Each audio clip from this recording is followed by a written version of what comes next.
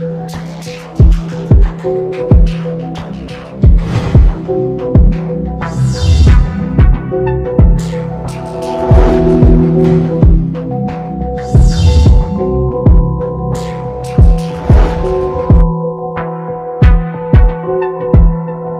MWC in Barcelona today, HMD unveiled the Nokia 8 Sirocco, a premium device with a glass and metal build, a curved POLED display, and a Zeiss-branded dual-camera setup that combines a regular shooter with a telephoto lens. The Nokia 8 Sirocco features a vacuum-molded Gorilla Glass 5 coating over its screen, which curves to the edges, Galaxy Note style. Nokia says that every 8 Sirocco unit is made out of a single block of stainless steel, which contributes to the phone's structural integrity. However, the Nokia 8 Sirocco bears an ingress rating of 67, instead of the growingly popular IP68.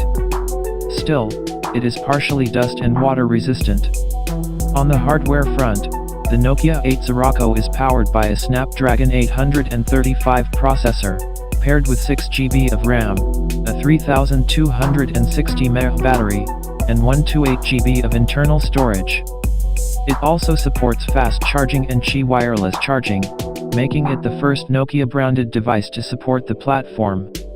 The display is a 5.52K POLED panel with 3D Corning Gorilla Glass 5 layered on top.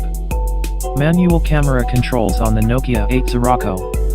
Manual camera controls on the Nokia 8 Sirocco.